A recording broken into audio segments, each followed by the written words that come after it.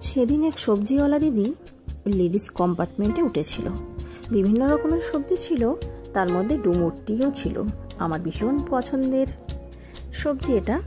লোভ সামলাতে না পেরে এক প্যাকেট আমি কিনে এনেছিলাম। কিনে আমি ফ্রিজে রেখেছি। পরের দিন সন্ধ্যাবেলায় আমি কাটতে বসেছি। ওমা, দেখি রং পাল্টে গেছে।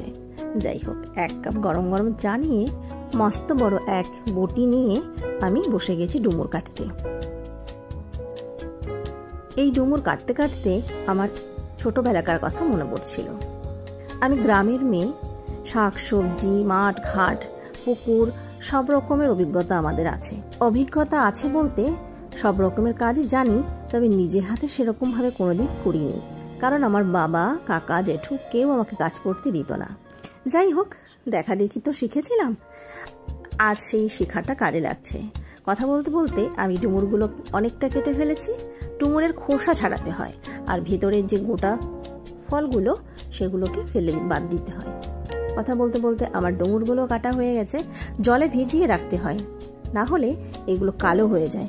ডুমুরে প্রচুর পরিমাণে আয়রন থাকে, সেই জন্য।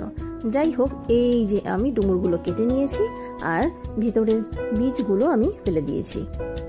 আমার হাতের রঙও পাল্টে গেছে, মানে ডুমুরের কষে আমার আঙুলগুলো কালো হয়ে গেছে।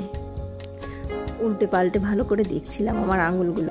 আমার বাবা কোনোদিন আমাকে কাজ করতে দিত না, বলতো হাত খারাপ হয়ে যাবে, নখ খারাপ হয়ে যাবে, তুমি পড়াশোনা শেখো তাহলেই হবে। আর আজকে সব কাজ নিজেকেই করতে হয়।